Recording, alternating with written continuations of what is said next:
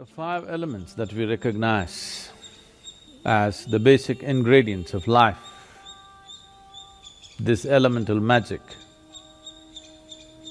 I'm calling it elemental magic because just with five things,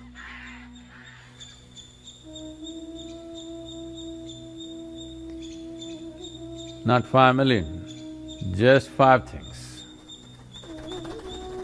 With five things, too much has been done. With five things, what is presenting itself as cosmos, what is presenting itself as life, what is presenting itself as everything that we can see, hear, smell, taste and touch, is well beyond the permutations and combinations that we can think of.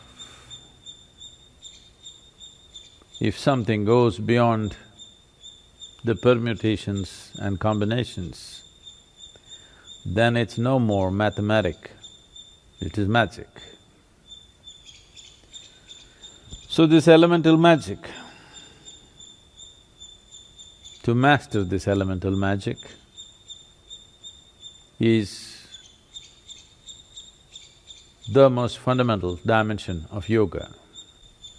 Essentially, when people want to be physically robust, then earth would be important. But for one who is on the spiritual path, one who wants to perceive, the most important thing is Akash. Why Akash becomes most important is, in the making of this human form, 72% of water, 12% of earth, 6% of air, 4% of fire is largely determined. The rest is Akash. When we said rest, we did not mean 6%, we said rest. Now, if you increase the proportion of Akash within the system, if you increase the proportion of Akash in the larger scape of who we are, then our ability to perceive is tremendously enhanced. If this proportion remains low or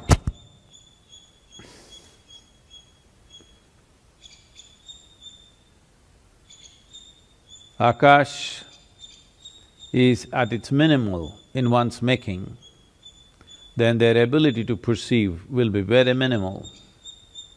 Even if they have a great intellect, this intellect will forage in mundane things. It can never rise to perceive something more than that. So in this context, one important aspect of spiritual progress, one important aspect of Vigyan or Vishesh Gyan, if one wants to perceive beyond five senses, if one wants to perceive that which is not physical in nature, if one wants to extend his antenna to larger dimensions of life, if one wants to explore the mystical nature of our existence, then enhancing the Akash is a very vital and necessary aspect. Akash is a boundless dimension. When the composition of Akash is enhanced, then boundlessness becomes the nature of one's being. If not boundlessness, at least a boundary that you cannot see and feel. This gives the individual person a great sense of freedom, a great sense of not being tied down to anything. This lack of bondage within oneself is an essential amount of space that one needs if they want to have some mastery over these 5 elements. This goes for human system also. To keep the system well, to keep the system in an efficient and effective mode, but not being identified with it, is a very important or the very important step one has to take if one has to have mastery over elements. Once there is a certain amount of mastery over the 5 elements, one will find there is no such thing as what is inward and what is outward, because elements don't respect your boundaries. To put it in the simplest form, as you sit here, you breathe. The air does not respect your boundary, it is constantly in and out. This is not just air, this is happening with everything. The food that you eat and whatever substance we relieve ourselves of and everything else is in constant transaction, or the elements do not respect the boundaries of your body. The boundaries of your body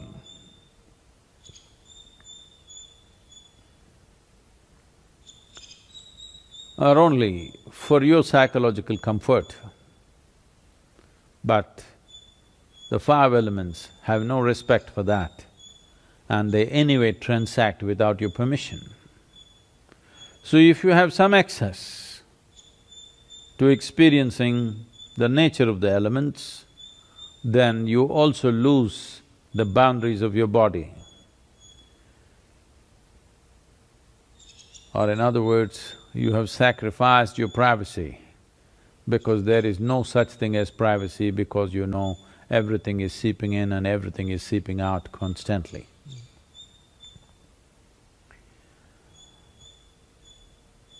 When one wants to gain mastery, one of the things that are commonly done is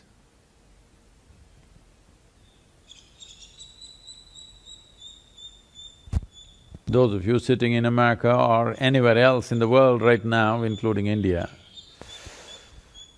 don't try to do this. You will see the the spiritual movements of the past, whether you take the yogis like the Nagas or the Gorakhnathis or the Jains, one of the things that they do at the basic level of sadhana is, first thing is to expose themselves to elements, because they want the transaction to happen freely. As today, walking around naked in the world is not a possibility, though in India it is still in practice. You will see thousands of them walking naked, not bothered about the social norms. That is not a possibility for all of you. So one simple thing that you can do is move to a looser level of clothing. Well, you may not look shapely, but there is no shape to you on the elemental scape. It is in constant transaction. To facilitate this, to be able to be conscious of this, one important thing is there is a little bit of space between your body and what you wear, that it is not tight-fitting clothes. This is one step that one can take to… If you pay attention, you will see beyond this breath, a whole lot of transaction is happening constantly across the body. If one pays enough attention to this transaction, then one will also slowly understand the nature and the composition of the elements within us,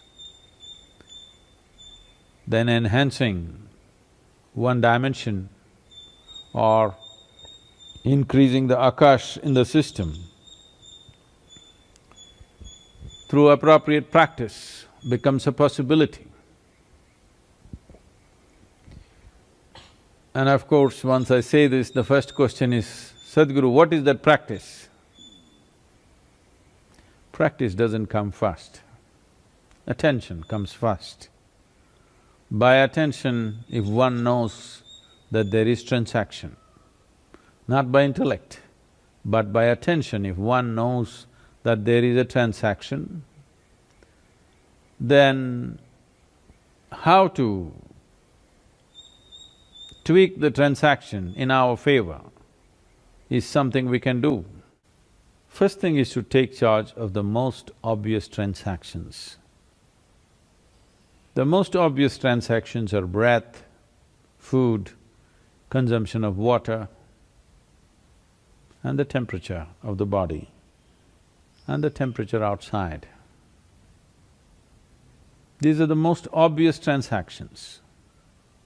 Just pay a little more attention to these obvious transactions. It always amazes me how breath, which is such an obvious transaction, and it doesn't happen quietly, it moves the entire body.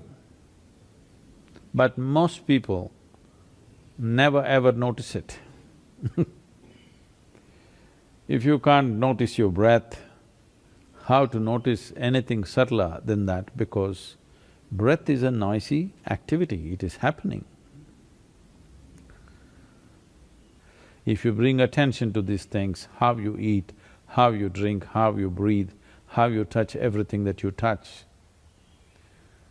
you will see the experience of life will rise to a completely different level. These simple things most human beings are not doing. They're gulping down what they eat and drink, they breathe completely unconsciously, they touch anything and everything without knowing what they're touching or feeling it. Largely it's happening like this for most people. If you bring awareness to that, if you bring… let me not even use the word awareness because it means many things to many people, bring more attention to that. If you are far more attentive to these things, then without slowing down anything, this is important. Because people think that when you're breathing, you should not be doing anything else, just you must be breathing. When you're eating, you must be eating, when you're drinking, you must be drinking. No, that is the beauty of being human, that we have a cerebral capability of conducting complex activity within us and still be able to pay attention. It is like you're driving and you can still have a conversation with somebody. So two levels of attention are happening, just like this. You could be doing whatever you're doing, but pay attention to the breath. Breath is one thing that is always happening, so you can pay attention to that. You can also pay attention to the food that you eat and water that you drink, let it not happen all the time. So the possibility of knowing dimensions of the beyond, the possibility of dipping into the mystical nature of the existence is very much rooted in the elemental composition of who we are, bringing about a transformation in this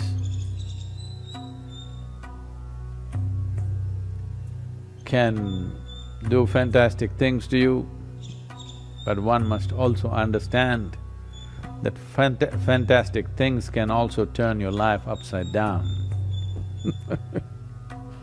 That is the nature of fantastic things. Today, a lot of research, recently these research papers have been published, how breath is related to your mental status and your sense of experience of life. Well, we've been saying this for thousands of years, but it's not written in the high school textbook, so it can't be true. Why I'm saying this is, I've been saying this for a long time. I remember particularly, I think this was in… yes, it was in Hyderabad. I was teaching a program way back, I'm talking about 35 or 34 years ago maybe. And I say, see, there are 5 manifestations of prana, which are pranavayu, samanavayu, apana, udana and vyana. The pranavayu is in charge of both your respiratory action and your thought process. So if you breathe right, naturally your thought process will be in a certain way. Then I have a psychiatrist who's… I am on the couch, but he's in the program. Big argument, how can you say this? What is the basis of this? How can thought and breathing be connected? I said, see, you breathe this way for 3 days and see what will happen to you. He said, no, that is not science. Science means you should have read it in your high school textbook. What is not in the high school textbook cannot be in the universe. One big argument that day. Today, recent studies are saying that the neurons which control and moderate your breathing also control and moderate 3 fundamental aspects of your alertness, your wakefulness and your anxiety. But now it is coming from a university.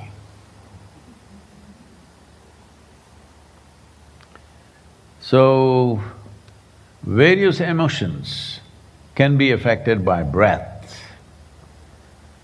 How we breathe can influence our emotions, declared. This is being declared by people who have no experience of such things, all right? They found chemistry, neurons, this, that. Slow breathing activates the vagus nerve, which calms the body. Heart rate slows and becomes regular, blood pressure decreases. Wow! All discovered just now. Just like Columbus discovered America, when millions of people were living here, and Vasco da Gama discovered India, and maybe created all of us.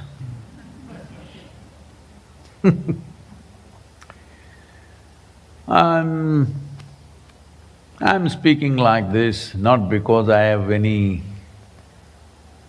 problem with science, simply because of all those people who just read their high school textbook, think they are scientists, and they've been badgering me for last 35 years, continuously, especially in India. So I am telling all those idiots. So, science is coming as piecemeal, little by little, little by little. There is a holistic way, at least when it concerns this, I'm not going to talk about something else, I'm not going to talk about how the bacteria works because that's not my business. That is your business, to put it under the microscope and say what it does not do. What this does is my business, and I know how this works because I've been living in this for some time, you know. Hello? And the respiratory rhythm also controls some of the activity of the brain region involved in attention, wakefulness, anxiety. How we breathe can directly influence the brain. All this sarcasm from me is only directed to those textbook scientists, not the real ones. Those high school textbook scientists, this happened in UK. In London, there was a dinner in the Buckingham Palace. The Queen had invited the top people in the society for some dinner. So one high society lady came and settled down at her chair, which was designated for her. Next to her, she saw a little shabbily dressed man was simply sitting there quietly with his thick glasses. After some time, she wanted to make conversation. One side was an army officer, she made enough conversation, but he had another young woman on the other side, so he rarely turned this side. So she had to converse with somebody, then she looked at this man is shabbily dressed, it looks like he's a nobody. So she asked, what do you do?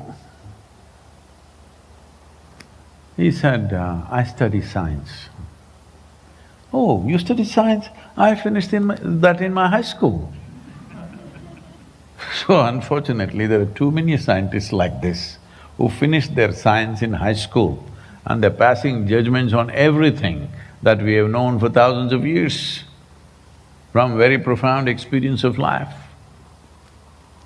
Now United States Navy medical team is supposedly using this for the Navy SEALs to stay calm and composed in dangerous combat situations.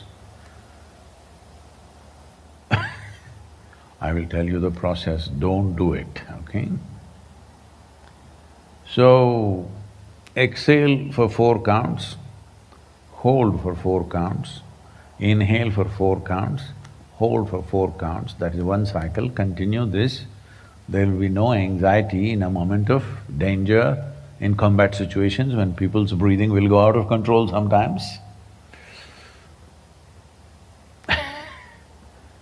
Well, we taught you a proper science of how to breathe like this. Shakti Chalana Kriya, or some of you doing this? No, you learned, but are you doing it, I'm saying? Because some of you think it's a qualification. I did inner engineering, Sadhguru. I'm inner engineering, but are you engineered? That's a question. Please don't do this 4 count business, it's a simplistic manifestation of what is a kriya. Well, if it's properly done, you can manage the very chemistry of what this is. This is the most sophisticated chemistry or chemical factory on the planet. The question is only, are you a great manager of this factory or are you a lousy manager? That's all there is.